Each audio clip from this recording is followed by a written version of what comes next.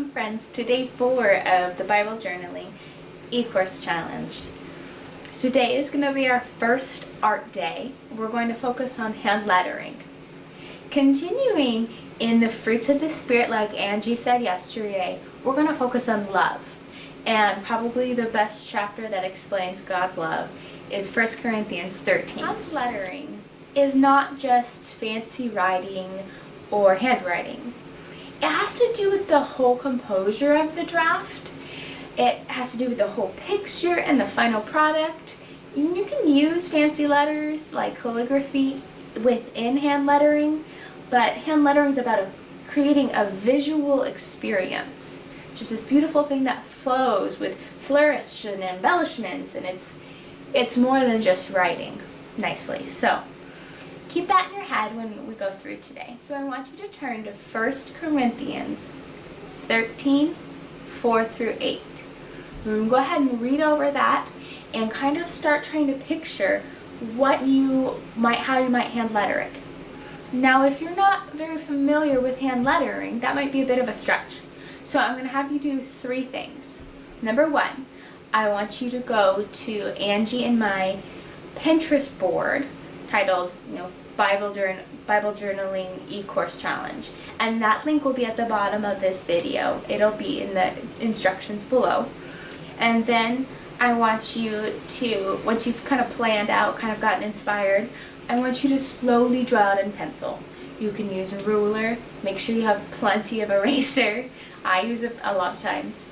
And just take it slow. Once you have it just right in your Bible or your art journal, then you go over it with the Micron pen I had you guys get, the size 3. And you go over it really slowly. So it might sound a little bit crazy when I say this, but when we get super focused on something, we have a tendency to forget to breathe. We just stop breathing.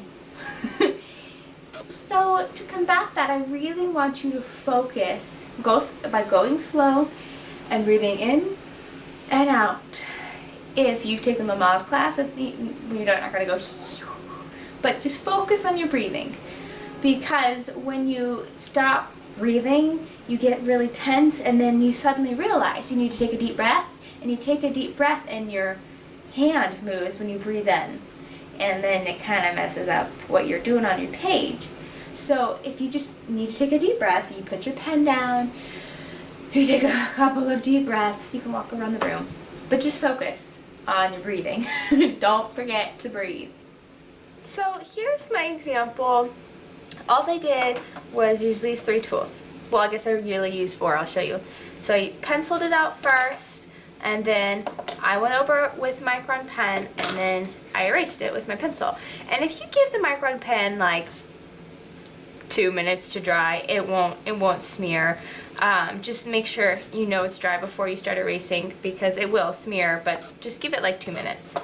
So here is what it looks like all the way done.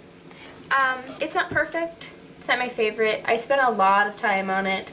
But I have a 3-year-old and I have a 15-month-old, and so this is okay. The 4th tool I used was actually this book.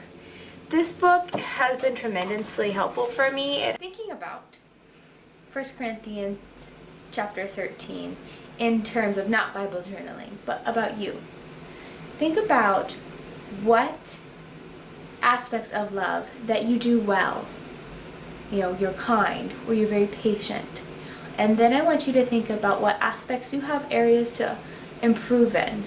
Maybe you're irritable, you're resentful. And if you have time, I really want you to journal about those. It's really good to be aware of where your weaknesses are and say, hey, Jesus, I see that I am not walking in you in this. I want to walk with you in this. And so, it's a walk of faith. You are walking in this out. So if you want to become God's love, you have to see where you're not His love. And that's okay. It's where you're at, and it's all about getting to know Him better so He can come through you more. Thanks, guys. Peace and love.